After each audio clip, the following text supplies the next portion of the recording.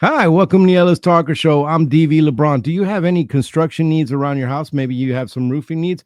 Check out our local K&H Contracting. They can help you with any of those remodeling needs or roofing needs. He's a local company. He's a local guy. Grew up in Waxahachie and would love to help you. Reach out to K&H Contracting.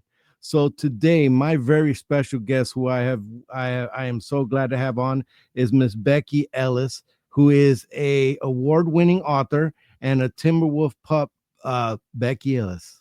How are you doing, ma'am? I'm good. Thank you so much for having me. So there's a whole bunch of things that I kind of want to cover on the show, but you wrote the book Little Avalanches, and why I think that is so important is because as a veteran with PTSD and a veteran that had a dad who was a veteran, a Vietnam vet, and having the things of his life and him dealing with PTSD, how they affected him. And unfortunately, how my PTSD affected my family, fatherhood, being a husband, and every other thing. You capture it in this book. And I'm like so grateful that somebody is talking about it. So thank you so much for coming on the show, ma'am. You're welcome. Thank you for having me. And it is unique. The book is unique in that the voices of children are strikingly absent from the war narrative. And that is what I wanted to do in this book is give voice to the children and the families of veterans and also voice to the veterans themselves. But to When definitely add that in of the children and families. and I'm very grateful that you are covering that you did a book on that. I got about 100 books, none of them that have gotten past concept, but the concept's been in my head. Maybe one day I'll actually write it. But I'd like for you to kind of introduce yourself for my audience, and then we'll kind of dig in. Well, I call myself a Timberwolf pup because all of the descendants of the Timberwolves, which is the nickname for the 104th Infantry, we are all Timberwolf pups. So that means I am the daughter of a World War II combat veteran, and my dad was a rifleman in the 104th. So that means his unit crossed the front lines first. And his unit in particular had a 300% casualty rate.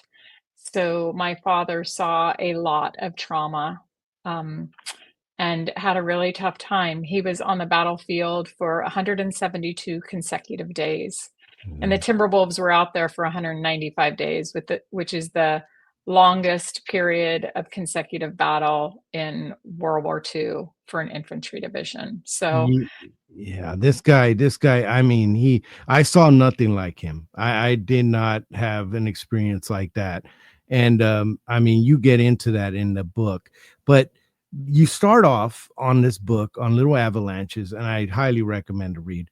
You start off on this book, you start off a story of a daughter trying to be dutiful to her dad, a dad right. that has some very interesting issues. Like, I mean, you were young, and him and your mom that didn't work out. And then, he's got some hippie girlfriend next, and I don't know if he married her, I can't remember. And Yes. then, he ups and takes off with a girl half his age, and then that's stepmom, and you got to deal with that. So I mean, there's so many choices that he's making along the way, but I don't want to spoil it. Talk to me about what inspired you to write this book, and what were you trying to capture in those first few chapters?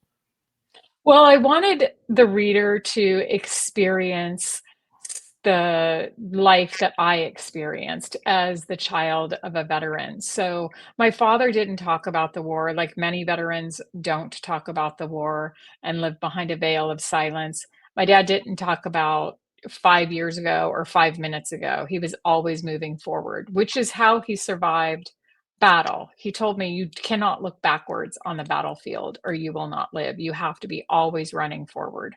So I wanted the reader to see what it was like for a child and a family to live with a veteran who has PTSD, who is being motivated by what he learned in surviving war to how he practiced surviving life without understanding who he was, because I didn't understand who he was. Mm. And then, so the first part is my childhood with this father, and most readers despise my father by the end of part one.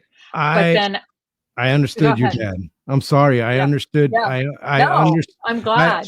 I understood him. I'm not making excuses for him. I thought along with, man, what the hell is this guy thinking? But I remember in the deepest parts of my fog, in the darkest moments of my trauma and dealing with that, learning how to live with life after.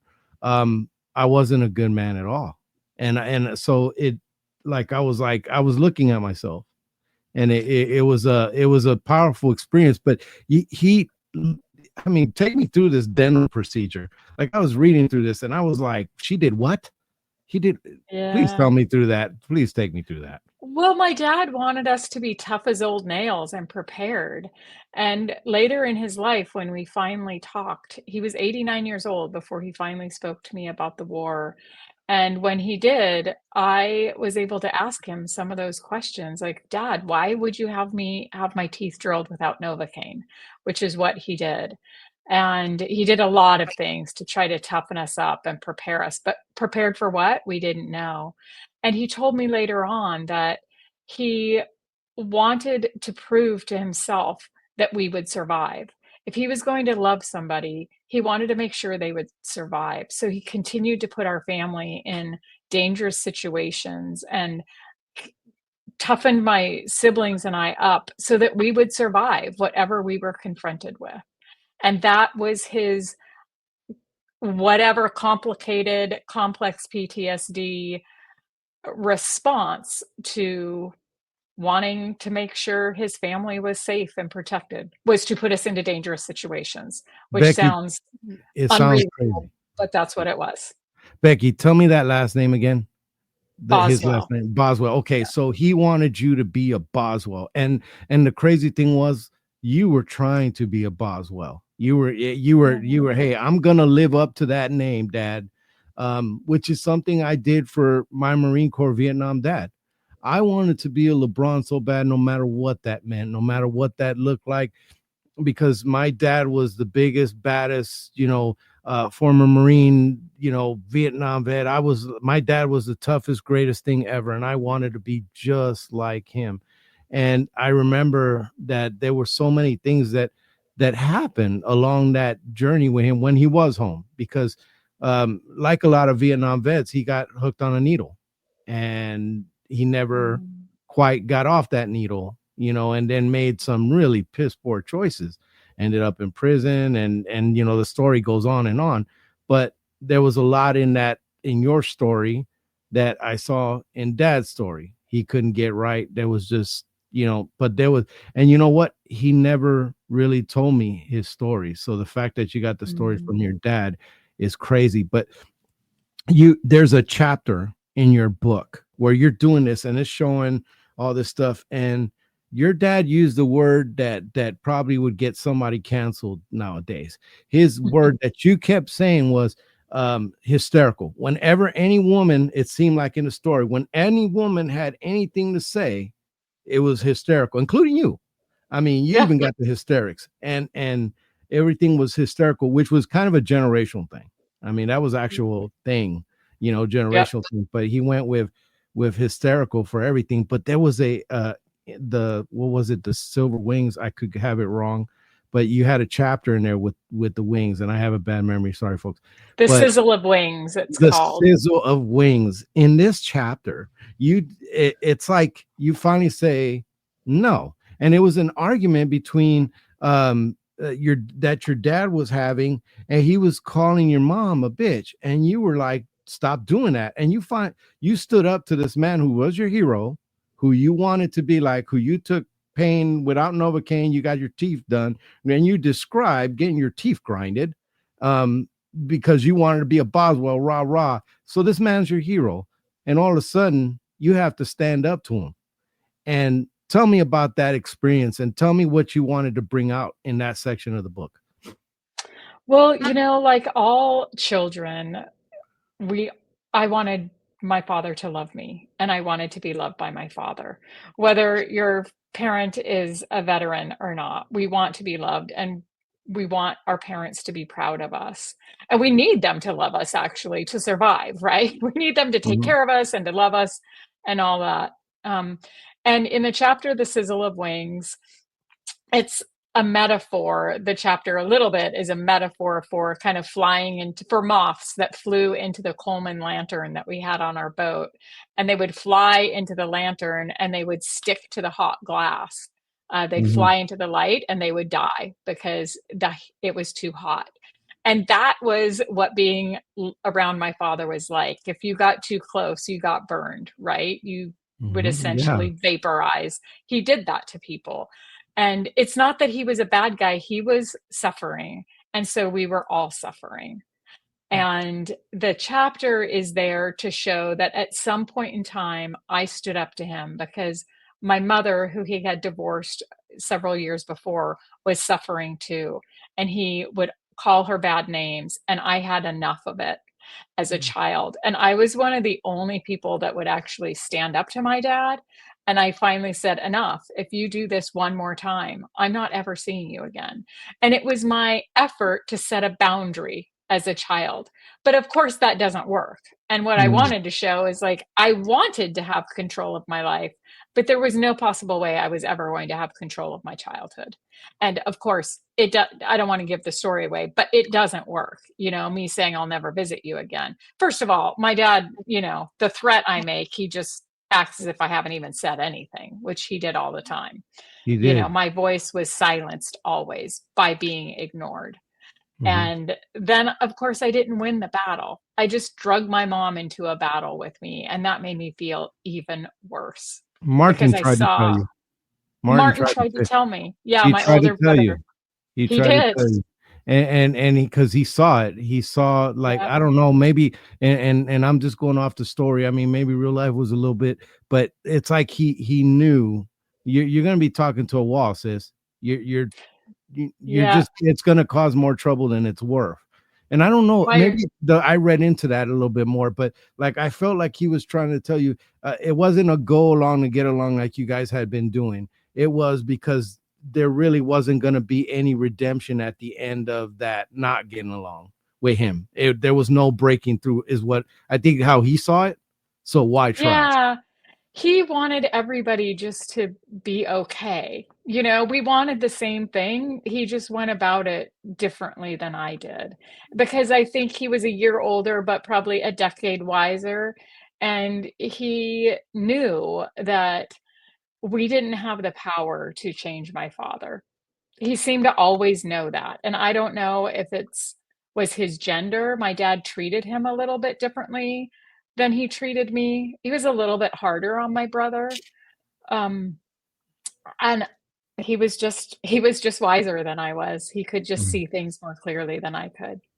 My dad wanted us to be Marines, and I remember when he had episodes where, and they were drug induced, but he had episodes where Vietnam would flash back. And I remember being at a hotel, and he was flashing back on top of the hotel on a drug thing, and we were there with him. And I remember him on the roof and my mom trying to keep him from killing himself, and then Mm, us begging him not to do it, and we were kids. I mean, we were, well, yeah. I want to say we were 6, maybe. I'm We sorry. it's a, it was a rough life. And That's hard. the thing was that with us is the situation started off really bad. I was born and he decided that he wanted to shoot somebody in the face. So this is Mm, post Marine, post Vietnam. I was born in the late 70s, and he decided he wanted to shoot somebody in the face. So we had to run to New York. In New York, he gets wrapped up in drugs, gets wrapped up in things, goes to prison. Well, my mom, who had accompanied him to New York, had a 10th grade education. She knew no English. And while, Puerto Ricans are Americans, there is a language barrier. And so she didn't know a lick of English. And she had to fend for 2 little boys in New York in the 80s before there was any of the stuff, the safety nets and stuff. No, she had to work sweatshops, because of my mm, dad's decisions. All that fantasy jewelry that was out in the 80s, that was my mom making it in a sweatshop. And so Right. his decisions affected us, and it was traumatic. There was traumatic experiences where my dad freaking out, and with the gun is my dad would always ran around with the gun. and Yeah. and the thing was that later I became him. Yeah. I'm And so sorry. uh, In many ways, I became my father. Not in those same ways, but in many ways, I also became my father. We sort of do become our parents. And one reason I wanted to write this book is because it's not just to give voice to children in the war narrative, but it was for people like you and for other veteran families who might see themselves in the pages and have a mirror for, oh, yes, this happened to me too. And not all veteran families are like this, but many are. And one thing for sure is there's secrecy. Veteran Veterans don't talk about their experience with civilians, and veteran families learn the silence and they don't talk about their experience with civilians. And I wrote it not only for veterans, but for civilians too, because I believe that military service is not a few years of sacrifice. It is a lifetime of sacrifice. I yes, believe ma'am. our military service members trade a normal life for a life that they could not have imagined. And it Yes. doesn't only affect them, it affects their families for generations Before I because talk, we yeah, become um, like our parents in whatever way we're going to be like them. yes, before I go into that, because I definitely want to go into that, I don't want to skip through, and without giving too much of the book, I just enjoyed it so much that I'm like, ooh, I got about 30 minutes left, folks. I'm gonna be all over it. But so she has the sizzle wing thing, and then it goes to her, kind of calling him out, like what happened, and he's like, you really want to ruin my day? And I mean, and takes off on her, ignores her, like she said. And then next thing you know, some guy comes on there and he's narrating the story. Now her dad is he won a silver star for bravery. So he was being attacked and his guys were being attacked. They were getting wiped out and they had to get through a river to live. If they didn't get through that river, the Germans would kill every one of them. And so some of those guys was like, no, I'm not swimming. And which I don't understand, because you know if I was getting shot at, and I understand the experience of getting shot at, I would be Michael Phelps. So I would be a swimming fool. But they couldn't swim. So your dad, under fire, decides, hey, I'm going to go get the only boat, because they had destroyed all the other boats. So he found the only boat, went in front of fire, grabbed that boat, brought it over so he could get these dudes over under heavy fire.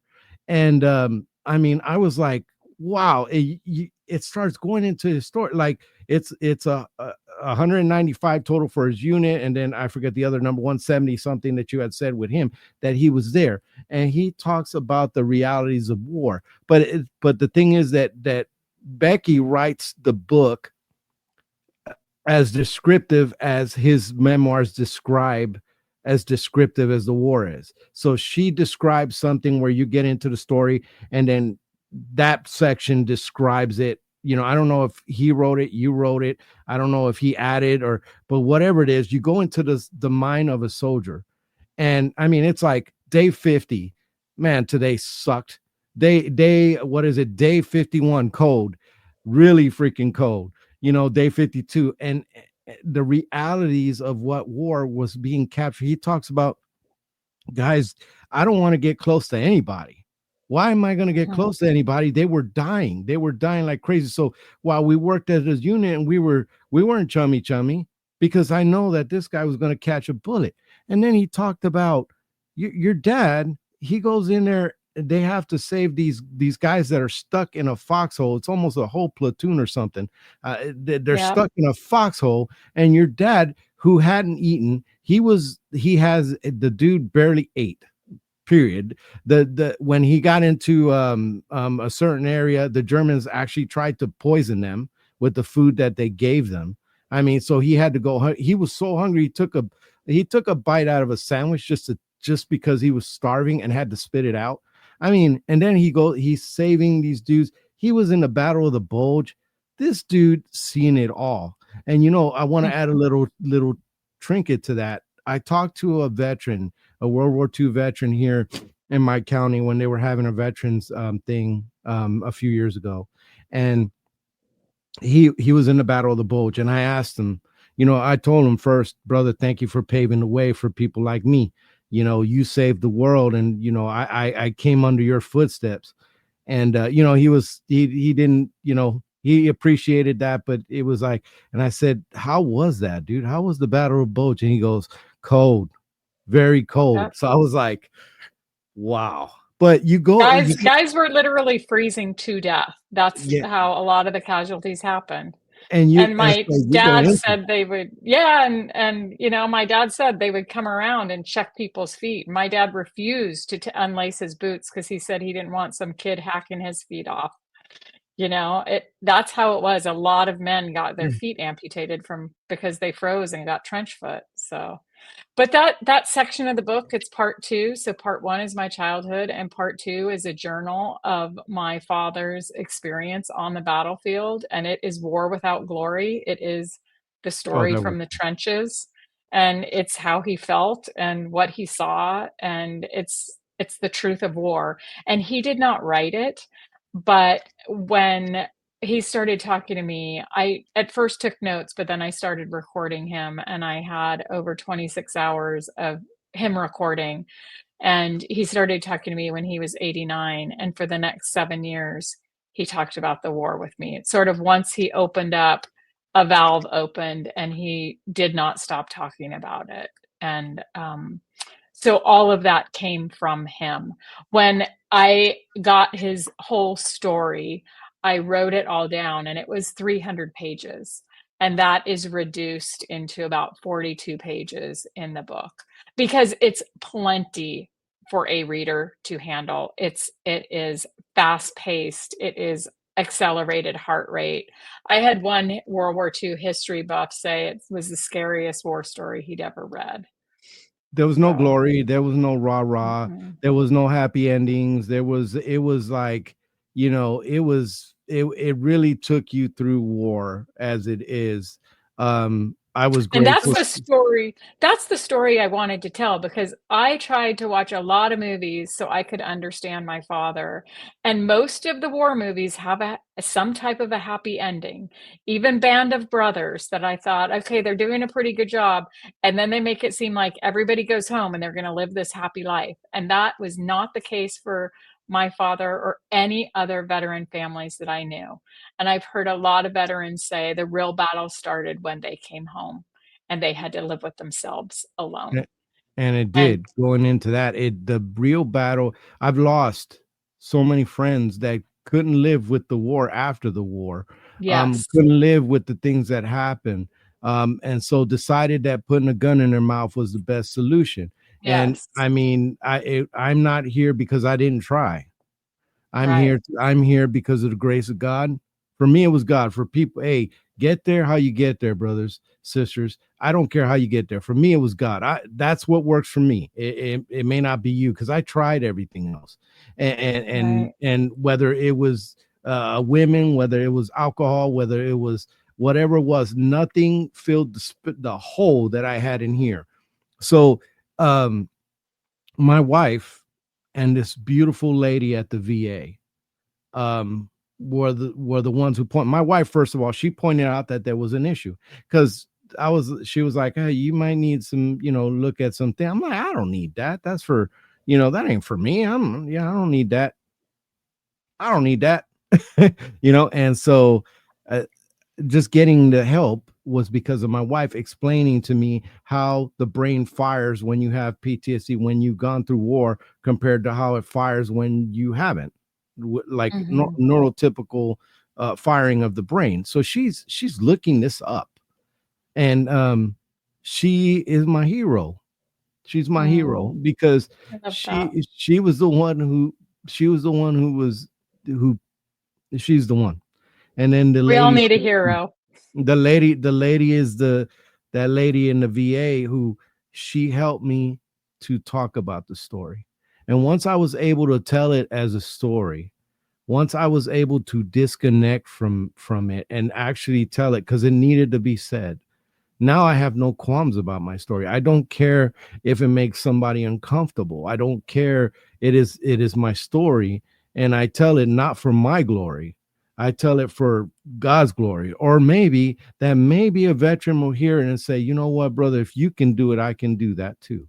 Um, Yeah. I've so talked in, to a lot of veterans and they don't want to tell their stories. And I've asked them why. And one said to me, well, not just one, but a few have said, "You think you can understand what I went through?" And I've said, "No, actually, I don't think I will ever fully understand what any veteran has gone through, especially a combat veteran, but I will try. I will sit here and I will try." And the healing happens when I feel you feeling me. And if I can feel a veteran when he's telling me his story, I know a healing is happening. And yes, that's what happened for my dad and I.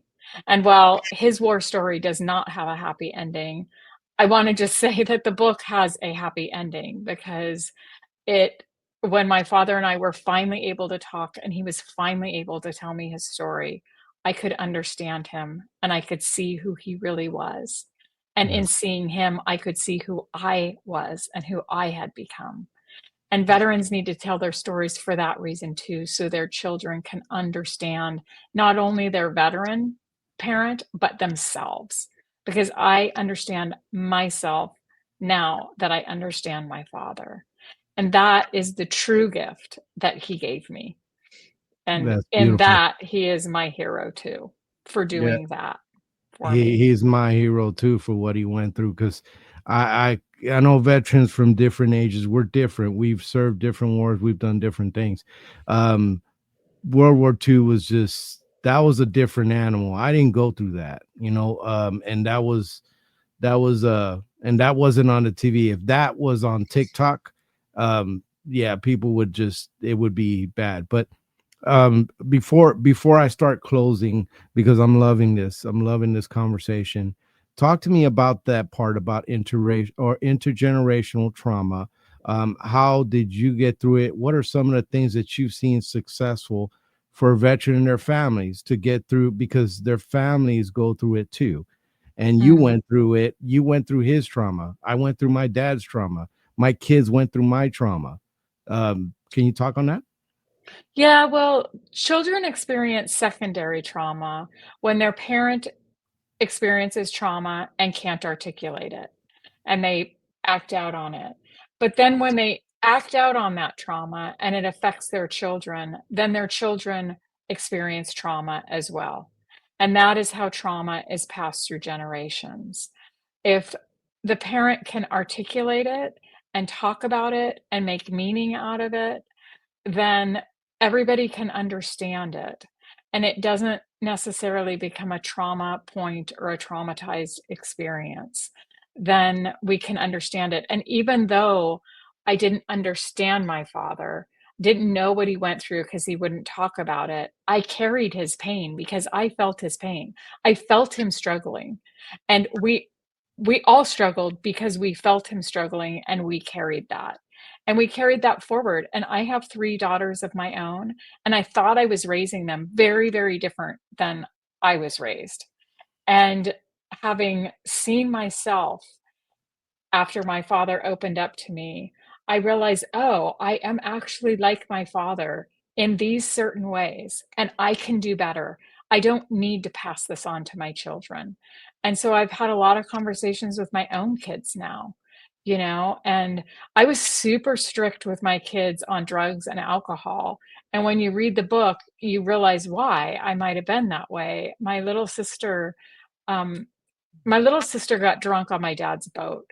And when my siblings and I all get together, we do what siblings do and we say, "Oh, remember the time, blah, blah, blah." And for us, it's like, yeah, remember the time Shayna got drunk on the boat. Well, Mhm. because I was such a strict parent, my children assumed she was 21 when she got drunk because mom doesn't allow drinking for anybody who's not 21, Mhm. right? Well, Right. the thing is Shayna was 5 years old and almost drowned when she got drunk on the boat. And once my children realized that They understood me and why I was so strict around certain things. And it wasn't just drinking and alcohol that I was strict about, you know? So I was controlling in certain ways that my father was also controlling. And I didn't want to be that way, but I was passing the same trauma on to my kids. I was different, but it was the same thread pulling down through another generation.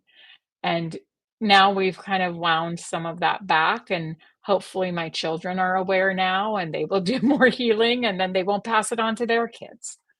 How do you get that conversation started? What do you wish that Mm. veterans would know from a kid's point of view, because you were the kid? What do you wish that maybe your dad would have known before? Because eventually you got there, but what would you wish that he would have understood before then? You know, my dad actually came to me when he was 89 and visited me in my home and asked if we had any issues to clear up. And we had a lot of issues. But I wanted to hear about the war because I thought to myself, that's where our issues started. But I also thought, I'm not going to open up and be vulnerable to you. You go first. And so the way you start and have a deep conversation is to open and be vulnerable. And I often start conversations with, we don't like the word vulnerability. We think it's weak or trendy or whatever. But the truth of it is, you've got to lay yourself out there to be slayed. That is what vulnerability is. And it takes a lot of courage to do it. And the way I start with my kids is to say, I want to talk to you about something, and I've never done it before, and I don't know how to do it. So it might come out sideways, it might come out messy, but I'm going to try. So please bear with me. And that just opens it up to, okay, mom is trying. Mom wants to say something, she doesn't know how to do it. And I think that is a great entrance point into it, into a Yeah, conversation.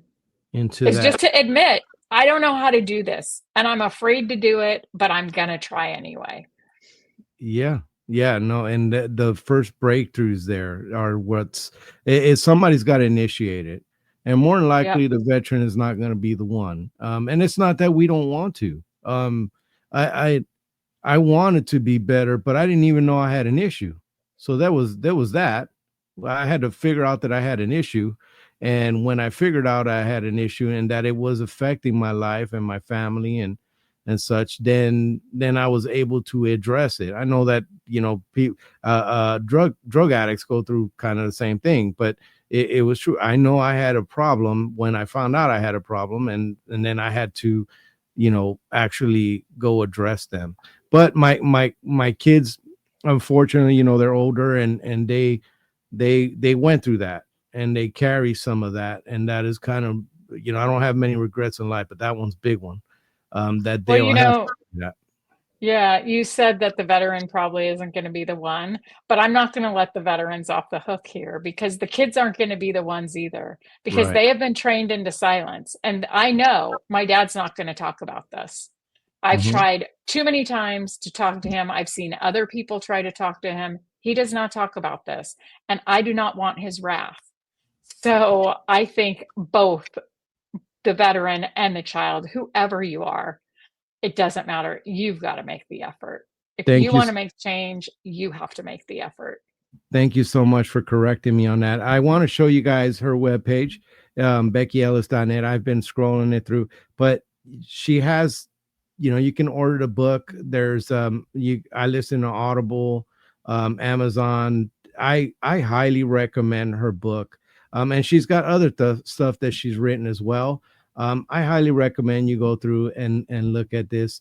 It was a very personal and it was a personal spotlight because I was him. Maybe not in the same way, but I was him. And there's a lot of us as dads who realized, shit, I I, I did damage, and shit, I did the same damage as my dad, you know, and I'm sorry, but I'm sorry I did that, but it happened. And then you read a story like this, and that is coming from the kid, and you're like, you know my kid could probably write something similar, and I'm sorry. you know but Yeah. I really I really love that you came on. I hope I could have you on again because I know there's so much more we can dig on. But on my show, my guest always has the last word. So I'll shut up and let you speak. Oh, that's so nice of you. You know, if you go back to that website, there's a tab called Connect, and there's a way for people to reach out to me. And I always love to hear how the book landed on them or if they have questions. There's also a spot down there where I've had so many people ask me, if you scroll down, people have said, right, yeah, a little bit more. Mhm. Um, right there. People have said, "How do you start a conversation?" The same thing you ask. So many people have asked that I have there 10 tips to create more connective conversations, and it kind of walks people through. Here's a way to do that, and people can email me there. I love hearing about how the book impacted people, and um, I offer help in any way I can because I really believe you know, I really believe we need much more awareness on the sacrifice of veterans, whether civilians become more aware or veterans themselves feel validated because they hear someone say, I know you sacrificed your whole life, not just a couple years. So Yeah, thank you. And thank you I for said your service and I sacrifice. appreciate that. I appreciate that. I said I wasn't gonna cry on this one, man. Those gates are a lot easier to crack nowadays. Now that I'm on the other side of the tunnel, and I'm okay with it. I just, I don't want to flood out all the time. But can you stick around real quick after the show? You bet. Thank you.